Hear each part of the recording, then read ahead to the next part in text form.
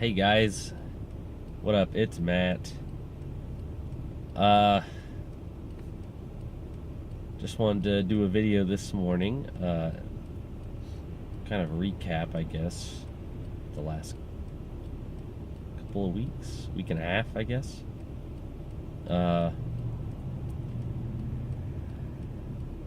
So the Thursday before last, we had our conference at school, it's like a first annual conference, and it got like the both years together, and we had a lot of guest speakers, and it was pretty cool. Our medical director, who's like a sleep doctor, basically runs a sleep lab, he spoke to us. So we looked at a lot of like images of the EEGs and all the stuff they monitor. Had someone come talk to us about respiratory therapists in the LTACs, and how they kind of contrasted from hospitals, and more about being a liaison more so than actually working in one. So we talked to like a lead therapist at one of our hospitals who she went over just basically a lot of the different specialties, and not so much specialties in the sense of like the certifications for the board, but the just all the different stuff that some of the hospitals, different hospitals do different things. They're talking about respiratory being the primary people on like PIC lines and A lines and stuff. So I thought that was kind of cool. It's covered under our license, so why not? Then we had a gentleman who his specialty was actually like disaster management but in emergency medicine, and that was actually a really interesting thing. And just it was general, but then he actually led into talking about respiratory therapy and its condition, I guess, under those circumstances, and just that was a really interesting topic. And then the last speaker was actually the director of respiratory care at one of our hospitals. His speech was more about, I guess, professionalism, interviewing tips, and resume hints and stuff. And that was kind of cool to get that from a director, one of the guys who you would literally be sitting and interviewing with had we, if we'd graduated now. So I thought that was kind of cool. Then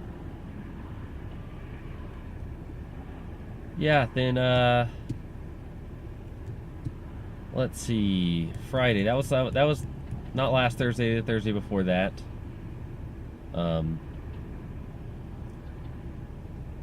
That Friday, I actually took 2 exams early. I was supposed to take them. They were scheduled Monday. But if you saw, I had a comment in one of my recent videos that I actually just had my second child. Well, I didn't have it. My wife did. We were scheduled for induction on last Monday. So since I couldn't be in class, they let me take the exams early by a couple of days. They were a little tougher than I was expecting, but ultimately I still did well. Initially got a 44 on the A&P and a 45 out of 50 on the basic therapeutics, and then he threw out a few questions. I wound up getting like a 45 on the A&P and a 47 on basic. So again, good grades there. They were tougher. I can definitely feel the stress weighing on me. I mean, I actually had 2 less days to study for those exams than everyone else. Everyone else had the extra 2 days of the weekend, where I was taking them on Friday. So, wow, that looks really weird on camera. Sorry, guys. I will see about fixing that, so you're not looking at some weird shadow creature. Then what else? So we went in Monday for induction. Unfortunately, it did wind up turning into an emergency C-section for us on early Tuesday morning, about 1 o'clock. well, 12:30. But my daughter was born at 1:06 a.m. on Tuesday, November 1st. She was a healthy weight, 8 pounds 9 ounces. She did have to spend the first 8 hours in NICU. She had a lot of stuff in her lungs. She had been stressed, had some meconium. But she was great. From a respiratory standpoint, since I always try to play that back into why I'm doing these videos, from a respiratory standpoint, it was cool because they actually wound up putting her on, I got to go with her to the NICU, and they wound up putting her on a little CPAP. So it was cool to see the NICU nurses there and a respiratory therapist who had the vent, little baby CPAP on her nose. And that was just to help move air, because actually I was watching, and throughout the first 5 minutes we were in there, she was on about 30% oxygen. And yeah, like I said, within 5 minutes, she was back on 21% room air. So just using that positive pressure to help her breathe a little bit. By that morning, my wife woke me up, because they said she's only supposed to be in her 6 hours. So by 8 o'clock, my wife had woke me up and was like, hey, the baby's not here yet, find out what's going on. So I went back to the NICU. She was off the CPAP, off of everything. She was literally just waiting for the nurses to get the go-ahead to bring her back. And then actually by the time I got back to our mother-baby room, our nurse for mother-baby was like, hey, I'm going to get your baby right now. Like, okay, cool. So yeah, and because it was a C-section, we wound up staying in the hospital until Friday. We finally got discharged Friday afternoon about 3 o'clock. So my wife's doing awesome too, helping her as much as I can, because I had all week off of work. My work is really cool about that, but I went right back to the grind on Saturday. Worked yesterday, and I actually worked this morning already, so it's about 7:42, and I worked midnight to 6 a.m. today. So trying to get back at the grind. What's awesome is our baby is like not on a schedule, because I don't like to say that like newborns, they really shouldn't be put on a schedule. At least I don't think so.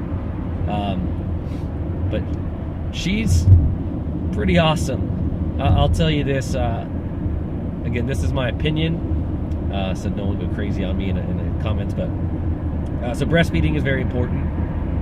It should always be encouraged. It's not like an end-all be-all thing, though. You get some people who are like, no, if you don't breastfeed, you're like a terrible person. I don't believe that. She was born so big, and yes, I know baby stomachs are like the size of marbles. They're tiny. But colostrum is not the most satiating thing. I mean, like that first 2 nights with the baby were like those kind of traditional baby nights you have, where it's like, oh gosh, you sleep like 30 minutes every like 4 hours, and it's awful. And then one of our nurses was like, do you want us to bring in like a bottle of formula just to like supplement? Like, yeah, let's give that a shot. I'll tell you what, it's the best damn thing ever. So my wife still breastfeeds and pumps, and we still give her breast milk or supplement breast milk, but I'll tell you what, nothing wrong with supplementing a little formula. So don't ever let anyone tell. Even our lactation consultant in the hospital was like, yeah, no problem. Like, if your baby's hungry, you got to feed it. Colostrum's not filling. Like, so get off that soapbox there. So they're home. They're great. Our son is doing great. He's a little over 2 years old. I think he's still adjusting to mommy and daddy having to devote time to the baby. Of course, it's not, we try to include him in a lot of stuff. He helps us change diapers and helps us feed and get bottles, so that's pretty cool. He's fairly involved. And we try to do stuff with just him too. If the baby's asleep, I still read to him, or my wife still reads to him every night. We put him down. My wife can't get him in and out of the crib because she's not allowed to lift anything over the weight of the baby. And he's a big boy. So, again, but as the stress of life kind of falls back here on school, Yeah, it's weighing on me. I would say fairly significantly right now. Just between work and then trying to keep up with study. I mean, I missed a week of school, so even though my teachers gave me like the green light, like, hey, yeah, no problem. I actually have an exam today in my intro class, half of which I missed because they did 25 questions after they watched like a HIPAA video, and I emailed my instructor about it, and he was basically like unresponsive. I emailed him a couple of times. So we'll see what he says today. I would be a little upset if I had to remediate it and only get like partial percentage, considering it was like you watch a video and answer the questions while you watch it kind of a thing. And then there was 11 terms he said were key terms that will be on this exam. And then I texted my buddy in the class too, and he wrote me back and said also he's going to put some kind of practical, professional interview type questions that I don't know if there's like a right or wrong, or just seeing how you answer, or if it's going to be kind of a scenario or something. So I have no idea what to expect. I mean, I literally looked at the terms for 15-20 minutes, kind of retouched through the PowerPoint to see what the heck I was looking at and make sure I understood what the hell was going on. So yeah, it's been pretty intense the last few days. But I'm certainly the kind of person who likes to play the hand I am dealt. So please don't let me, don't think that I'm just complaining to complain, because I'm not complaining. I hope I'm not coming across that way either. And I'm also a little sleep deprived right now. But here we go. We're going back in. I'm going to catch up on some notes too, a couple of lectures. My buddy in class records our lectures, so hopefully I can borrow his voice recorder and just get a quick listen to some of those other ones I missed, and get my notes kind of tightened up here. See, I basically just, workload's crazy. You can't afford to fall behind, so I'm going to do everything in my power just to keep back up. Yeah, and that should be good. Like, now I get back in kind of a routine. And holy crap! Sorry guys, there is a ton of traffic this morning, and a little tired. So, anyways, guys, thank you so much for watching.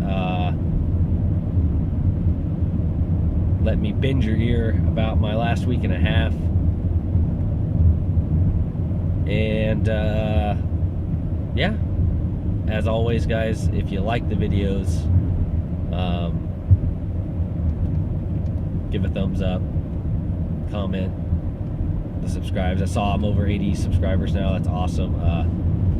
I didn't ever think, I would be reaching out that many people with this kind of blog. So, or vlog, I'm sorry. But anyways, guys, I'll keep making them. And thanks for sticking with me and hanging out. And I will talk to you guys soon. Have a good day.